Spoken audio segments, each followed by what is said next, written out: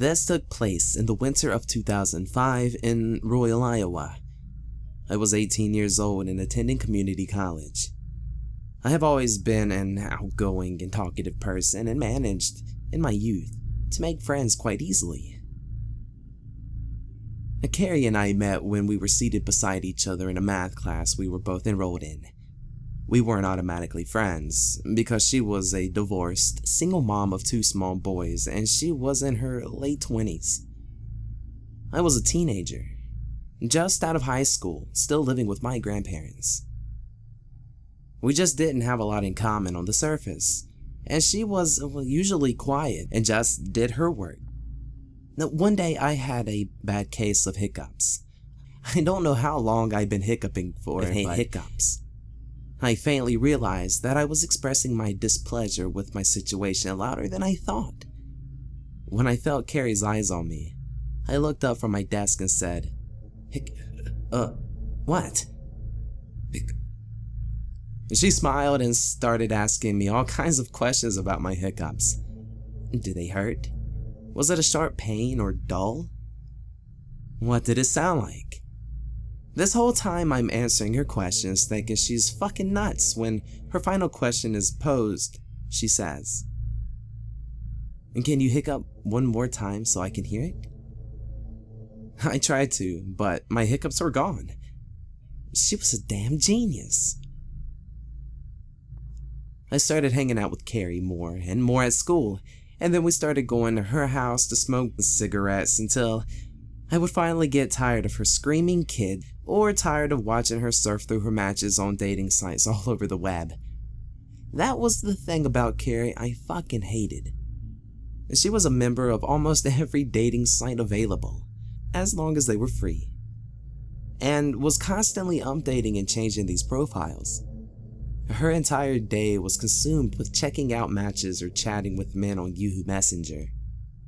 All of these seemed innocent enough, but it didn't end with the internet. It started there.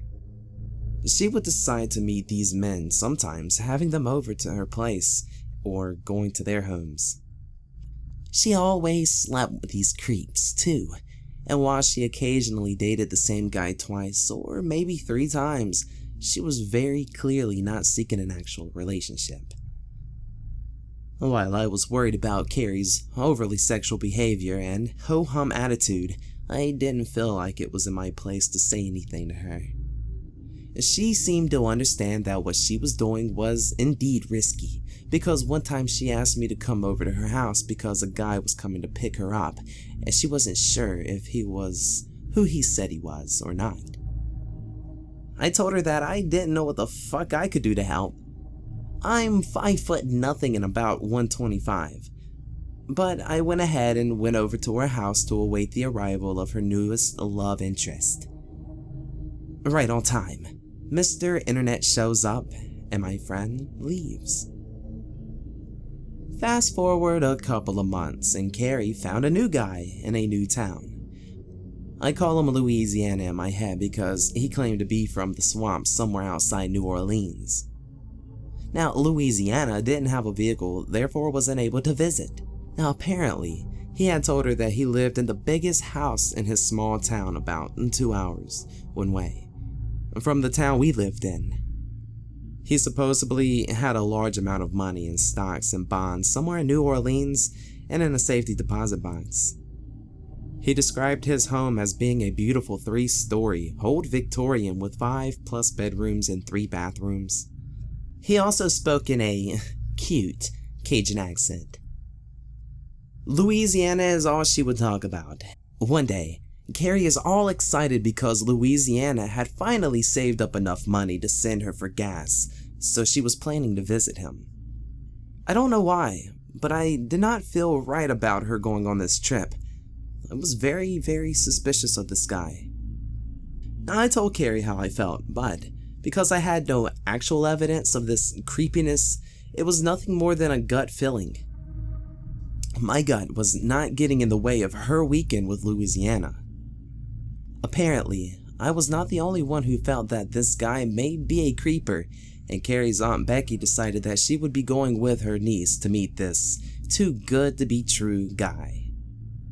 Now, I should mention that this savior aunt was really only 3 years older than Carrie, so while she was older than both of us, she was only 29 or 30 really, and a very heavy drinker.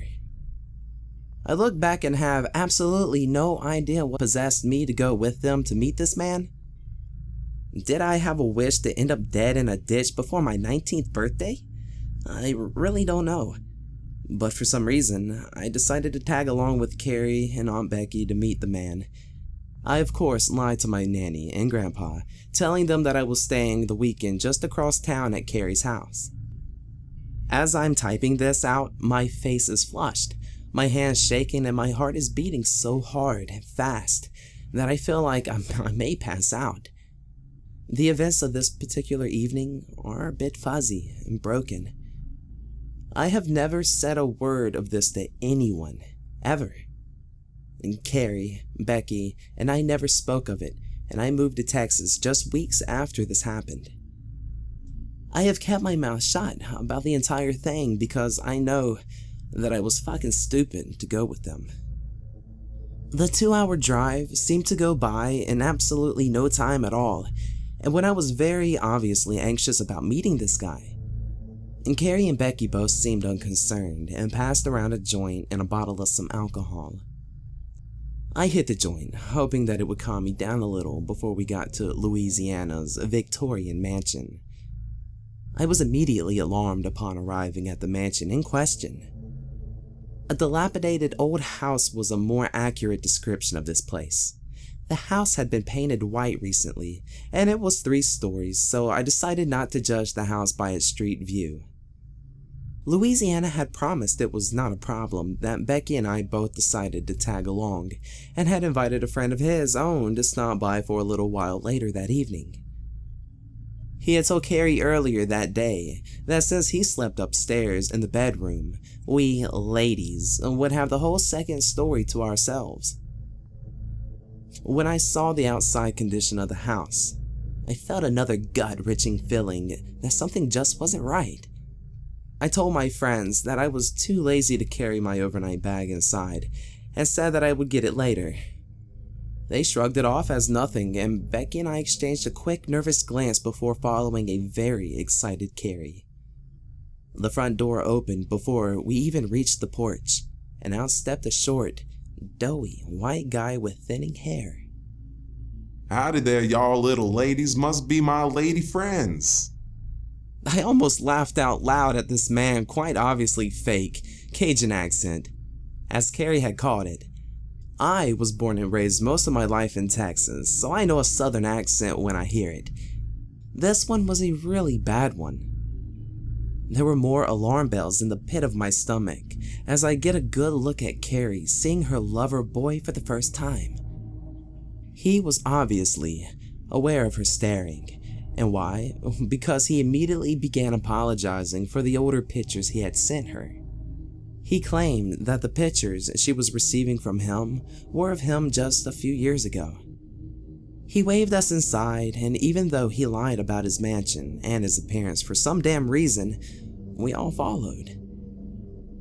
So there we were, inside a strange house with a strange man, and I was positive that we were in trouble. I wasn't sure what the threat was yet, but I felt it, like acid eating away at my insides. Louisiana ushered us into the living room area and offered us a drink. He was very insistent that we have something, anything, to drink. We all declined but decided instead to smoke a bowl and let Carrie and Louisiana talk a little. I was listening to every single thing he said, and I kept looking at him even though I never contributed to the conversation between him and my friend. I was listening to him describe his life. A born and raised Southern gentleman. I wondered to myself if he had ever even visited a state below Missouri. He seemed to spew bullshit, but my friend was obviously dumb to the lies over everything, as simple as the weather in the southern states to the pronunciation of a typical southern word. I decided to ask for a tour of the house, and he seemed to be irritated with me for asking, but when Carrie insisted, He reluctantly decided to give us a very quick tour. And we saw the living room, kitchen, and one bedroom on the main floor, but all the other doors were locked. He then led us up a short narrow flight of stairs and showed us a quick peek through a doorway to what was supposed to be his room. I immediately felt like he was lying because there was dust all over everything, but I brushed it off as it was nothing. Maybe he hadn't slept in his bed for a while? Every single other doorway minus one bathroom was nailed or painted shut. The tour was making me feel even more sick to my stomach. Now I really wanted to leave, but I didn't know how to tell Carrie and Becky without him hearing. He led us back downstairs and into the kitchen where he had a big pot of beans on a boil. He ran to the stove and started ranting and raving about his nan's gumbo recipe and demanded that we try it. I walked over to the pot and told him that it looked like beans to me because gumbo should have some sausage or something like that. At this point, Louisiana decides he doesn't like me very much, so he just started ignoring me. Now about an hour goes by and his friend shows up looking all sorts of creepy. He doesn't introduce himself or even make eye contact with any of us. He just walked in, sat down and sparked up a joint. I was okay with that because boy was my anxiety through the roof. I could tell that Louisiana, Carrie, and Becky were all getting tired of my excessive questions. Sometime during that joint, Louisiana left the room to get us all some freshly squeezed lemonade. Now I remember him warning us that it could be a bit bitter because he didn't really like to use much sugar. Halfway through my drink, I noticed that he wasn't really engaging in conversations with us, ladies, anymore. He was watching us. No, watching me, like he was waiting for something. I felt like he was waiting for me to say or do something.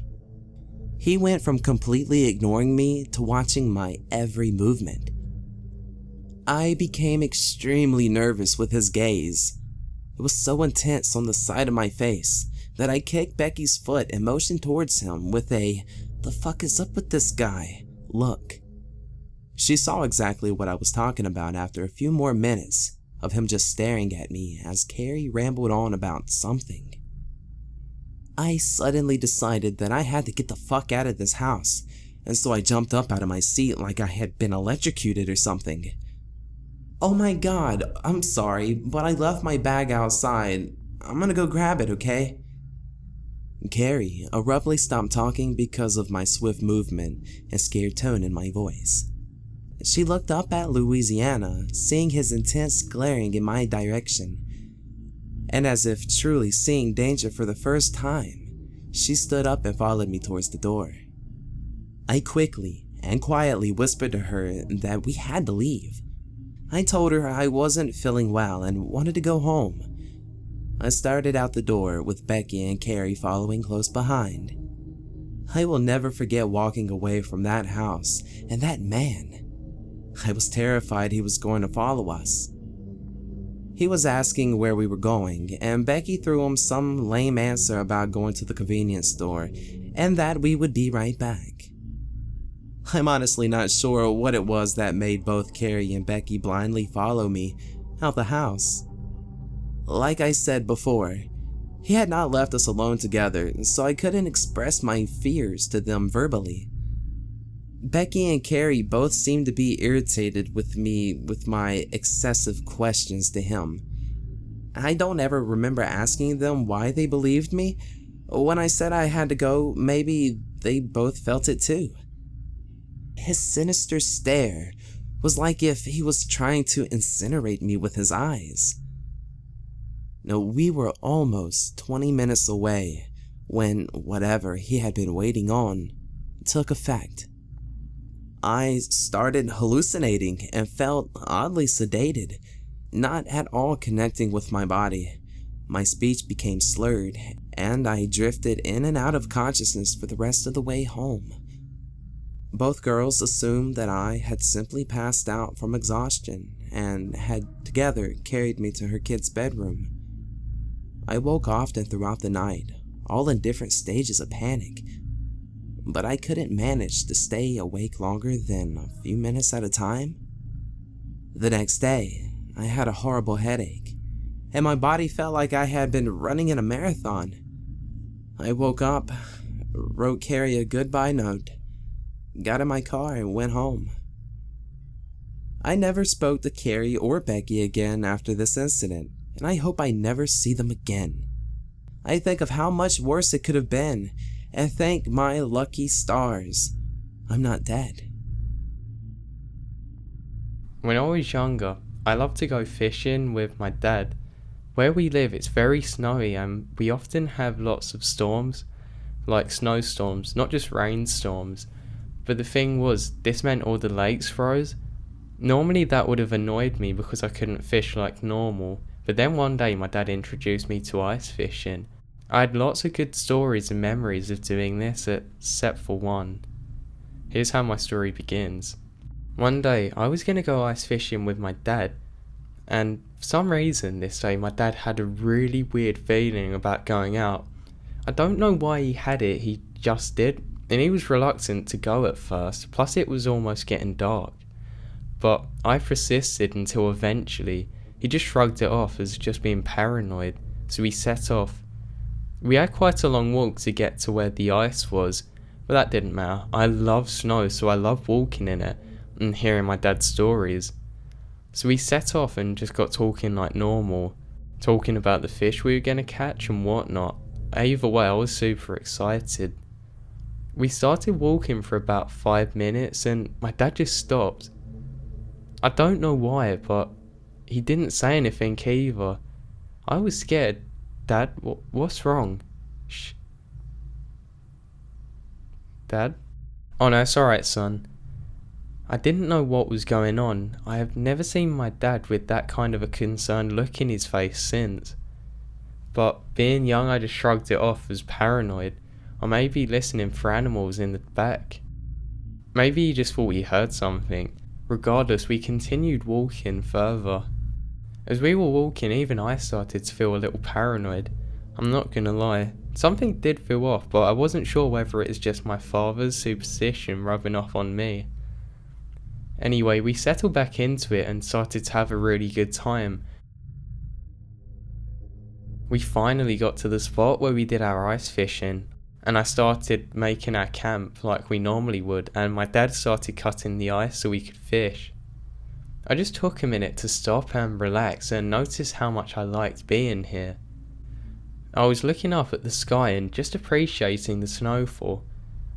That was when something caught my attention. I was almost certain that I saw something off in the distance in the trees. I was really worried about bears at the time because I had nightmares about them. It was a little odd, just you know when you catch something out of the corner of your eye, but you're not really sure if you saw it. I went straight back to what I was doing anyway. I didn't think there would be bears out all the way up where we lived. Surely not, right? So I finished setting up part of the camp and went to go and see my dad. He was really struggling cutting the ice, and he said that there was no way he could do it with the saw he was using. He seemed pretty annoyed. We'll have to head back. Are you sure, Dad? I don't want to walk, my feet hurt. Oh, we haven't got a choice, you want to go fishing, right? I guess. He was right. If I wanted to go fishing, then we would have to head back to get a new ice cutter. The walk wasn't that bad if you picked up the pace, so I picked up my stuff and we started walking. We got a little way out. Just as we were, my dad suddenly stopped again. Dad, what is it? Again, he didn't say anything. He said, "Oh, nothing, I'm just paranoid," and kept on walking after a somewhat awkward silence. The camp was starting to go out of sight now, and then again, my dad just stopped. I have no idea why he stopped. I think we need to get going. What? Just as my dad said that, we saw something go behind us. I didn't know what it was. I was worried a bear was coming. Suddenly, the light went out on our campsite, and I just laughed at it. I was thinking it was the snow putting it out, but my dad, He wasn't sharing the funny side of it. He looked like he was really in fear. He just grabbed my hand and said, "Let's run." I was laughing the whole time. We started jogging all the way back to where we lived. He grabbed my hand and said, "Just run." And we started running, constantly looking back. "Dad, why are we running? It's just snow." I was still laughing, half expecting to see a bear come up. That's when it hit me that there were far too many footsteps that we could have possibly made going up there. And they were fresh too. I realised that this was a really dangerous situation, and I started jogging too. Dad, look, do you see that? There must be 4 other people here, 3 other people at least." And my dad didn't answer. He just kept on jogging, looking back, paranoid every time. My heart pounding at this point. I still wasn't sure if it was bears or something. We finally got in, closed the door, locked everything, and my dad got my mum to call the police and gone and got his gun. I had no idea why he was so paranoid, because I just thought it was bears or someone messing around with us. I was too young to understand the situation really. I remembered being scared and looking out the windows, seeing a group of 4 police searching around our campsite. "Dad, the police are there." "Dad?" He didn't answer. It was only when I got a lot older that I realised there was no way that the snow could have put out the light we had, because it was enclosed, so you would actually have to do it by hand. Then I realised again with the campfire, there was no way you could put that out without kicking it out. What's worse, where we live, it literally takes hours for the police to arrive, and there's only one sheriff who would come normally, not a group of 4 people. These are 3 different stories that are all part of one experience, with one especially creepy woman. These incidents happened throughout the span of 14 plus years. Describing the type of neighborhood I lived in would be integral to the story. When I was 6 years old, me and my family, parents, 2 brothers, and grandparents lived in the ghetto part of the city. It was a poor neighborhood housing several ethnic groups of immigrants.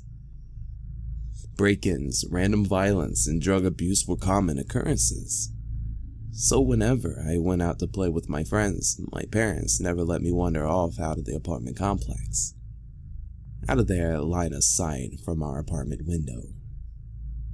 Moreover, I wasn't allowed to walk to or from school without being accompanied by family.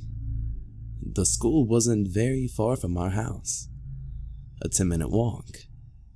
The way to the school passed a big, ghetto-ish playground, which I loved, that had a long uphill paved trail leading right to the school. My parents never let me go to the playground alone with my friends, and that really frustrated my little 6-year-old brain. Given the nature of our neighborhood, and me being a girl, I had heard endless speeches about the horrors of wandering off alone outside, stranger danger, and all that jazz. I was a pretty gutsy kid, so I really didn't take my parents' words very seriously. Being a kid, I didn't quite understand why my parents always hovered over me so much, not letting me be a kid and just go outside or go to school alone, when my best friends did so every day. So one day, I decided I'd one-up my parents and come back completely alone from school to gain their trust.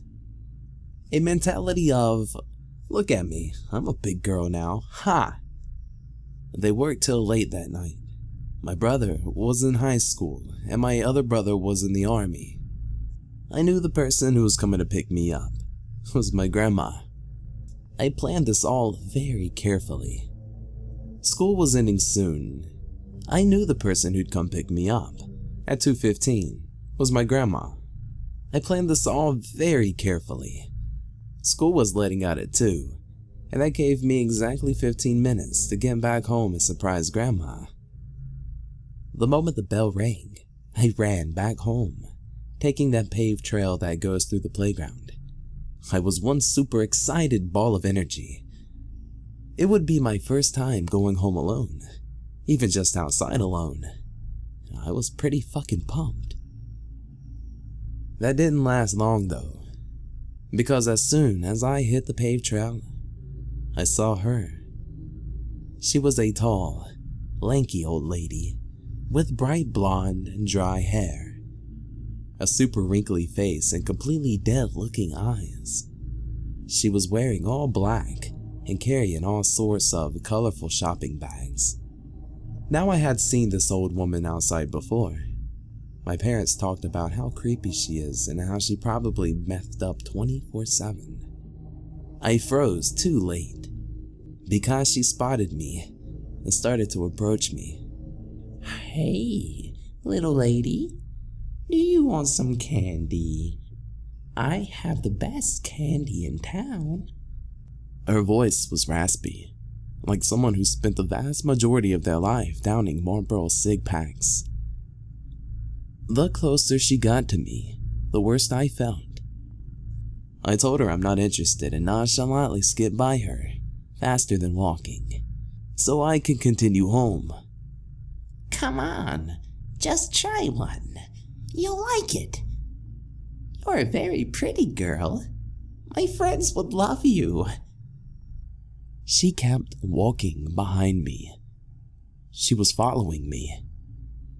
I was terrified. I tried containing myself to not show her I'm scared. I thought I'd make her angry, and she'd hurt me. I walked a bit faster and told her again that I'm not interested. She started screaming some nonsense. I ignored her and walked faster. At some point she stopped screaming. Soon after I could hear her breathing and felt her fingers on my arm. As if being touched by the old banshee wasn't terrifying enough, I heard her running after me. As I turned my head to see where she was, the sack of old bones was legitimately sprinting behind me, as far as her old legs could carry her. Imagining seeing an old, creepy-looking, dressed in black lady running after you, it was such a frightening sight for a 6-year-old me. After running for what seemed like forever, the old witch was just around 10 meters behind me. At the playground, I saw my grandma on her way to the school to pick me up. She was pretty shocked to see me, obviously, but mostly because I was hysterically crying.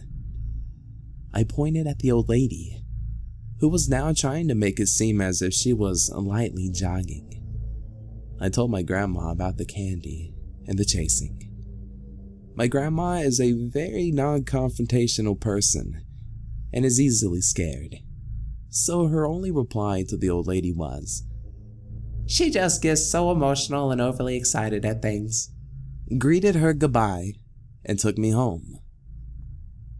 The old lady just stood there as we walked away, waving at me and staring at me, smiling a creepy, meth teeth smile. That was my first encounter with her.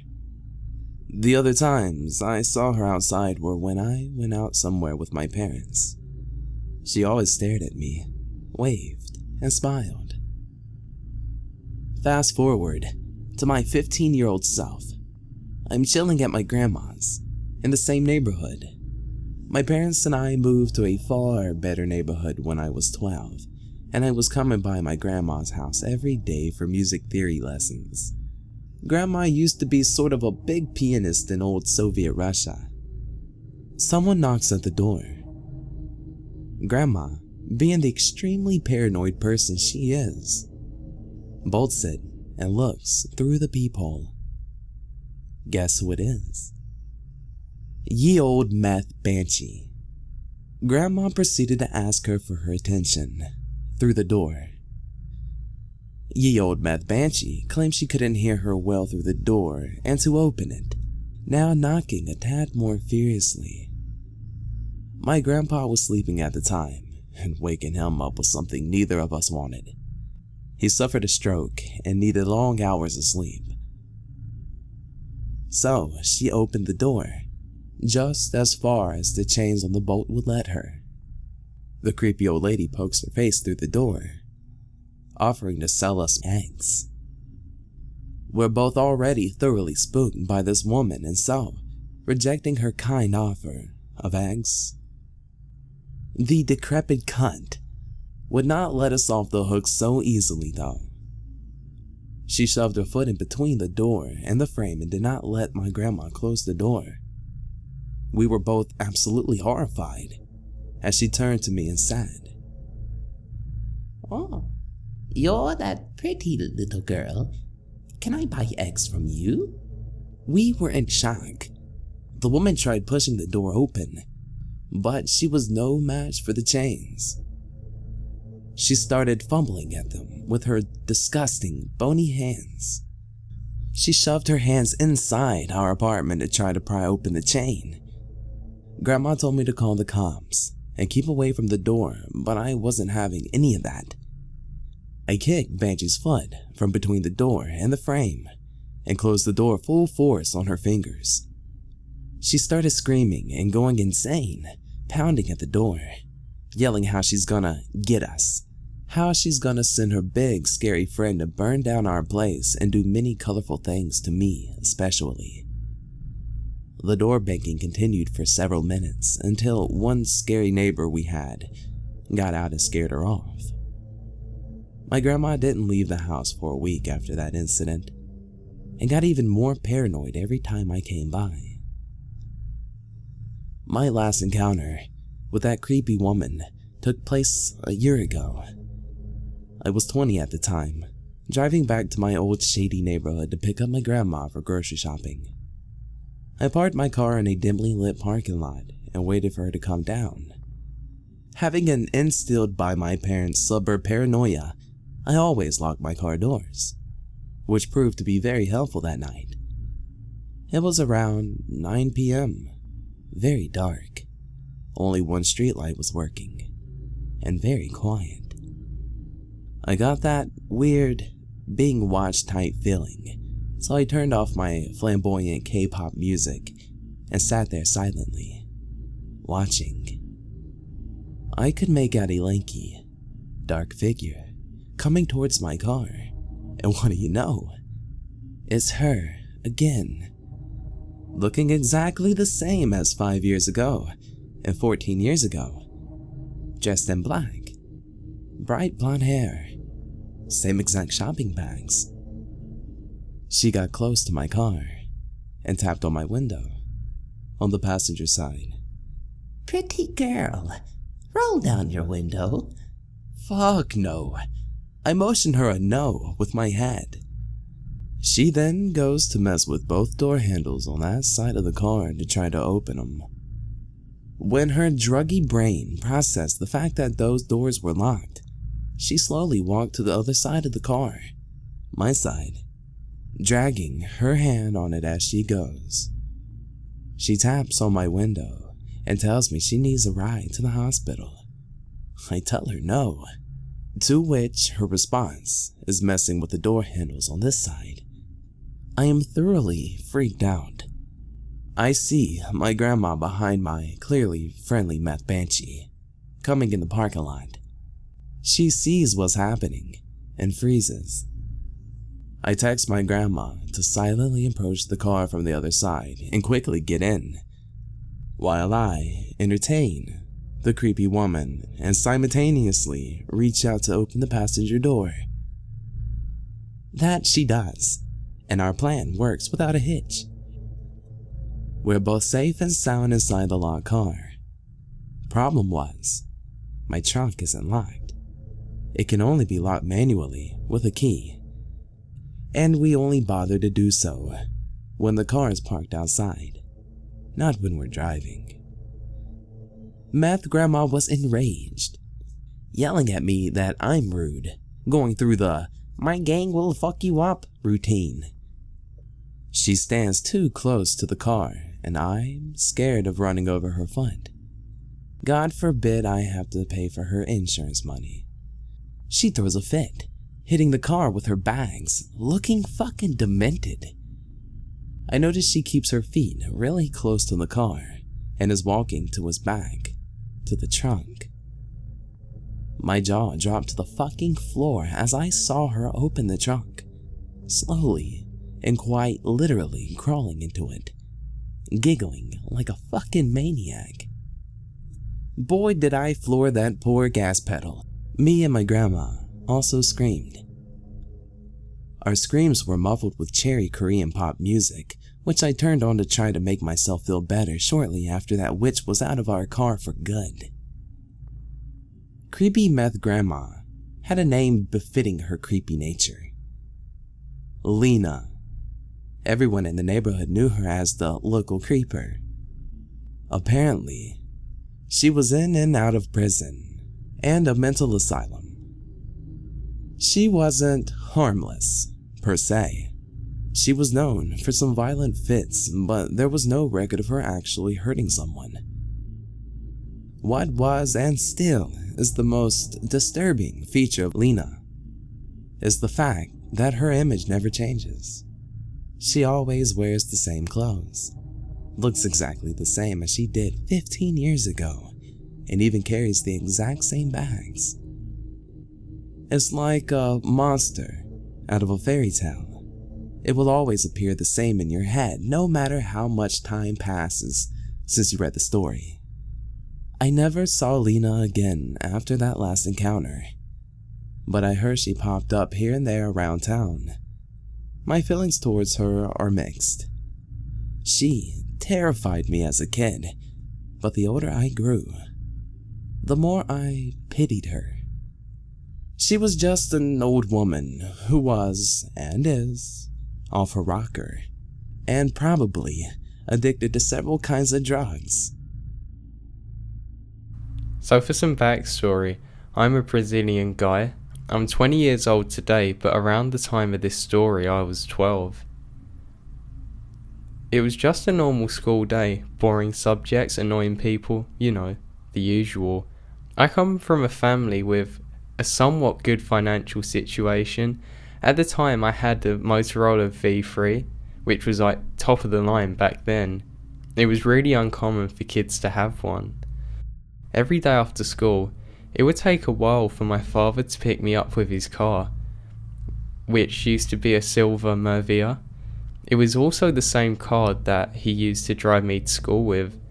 That being said, one day, I was waiting for my dad to pick me up, and I did so by playing some new Super Mario Bros. On my DS, of course, which I also took to school. That's when my cell phone rang and I heard a somewhat cheery man saying, "Hey Pete, it's your Uncle Paul. I'm here to pick you up with your dad. Come outside." I simply answered, "Okay," and left through the front gate. The thing is, it was still early, way earlier than my dad usually picks me up. When I thought about it, I went back inside and waited for another call, and it came fast. "Where are you?" the man asked. I replied, "Yeah, I don't see you," and he sighed on the other side of the phone, giving me instructions. "I'm with the same blue Corolla that I dropped you in today with Pete. Come on," he said, then hung up. He was getting impatient. My 12-year-old brain processed what was happening and connected the dots. The thing is, I had no uncles whose names started with the letter P. The last thing was that no one called me Pete. I started to get nervous and talk to my friends about it. I decided to go straight to the principal for help instead. On my way there, the man called again and I picked up. This time he was angry. "Why are you taking so long? Blue Corolla, are you brain dead? Get out here now with that stupid video game of yours." Then he hung up. I instantly froze. Thoughts rushed through my head, such as, are they trying to kidnap me? Is this real? And so on. I started running to the principal's office. I was getting nervous and I called my dad, which he answered in a hurry. I took a deep breath so I didn't seem scared. "Dad, did you by any chance have someone called Paul going here to pick me up?" I asked, my heart pounding to hear what I wanted. "No, whoever is calling you, don't go outside, I'll be right there," he said, and he hung up. I went inside the principal's office, bursting in tears, asking for someone to get the man that was probably out there waiting for me in a blue Corolla. I gave the teacher and the principal the number he was calling me from. I stayed in the principal's office and I got another call. This time I picked it up and my hands were shaking, but I knew it couldn't harm me. "Why are you taking so long?" he screamed. "Listen, I know you're no uncle of mine. You have no idea which car I come to school in, and you're trying to kidnap me for whatever reason. I'm not going outside," I screamed. Again, he said quietly. I screamed, "What?" I called him sick and crazy and he said it again. "You are not coming out again. You've been out. You just better know," he screamed before hanging up and laughing like a maniac. Thank you for watching. I want to say a massive thank you and shout out to YeahManProductions. He's the other narrator you can hear in this video. I strongly recommend you go and check out his channel, so a massive thank you to him. Sorry my uploads have been slow recently. I've been quite ill, but I'm only just getting back over that, as you can probably hear in my voice. Thank you guys. Have a good one.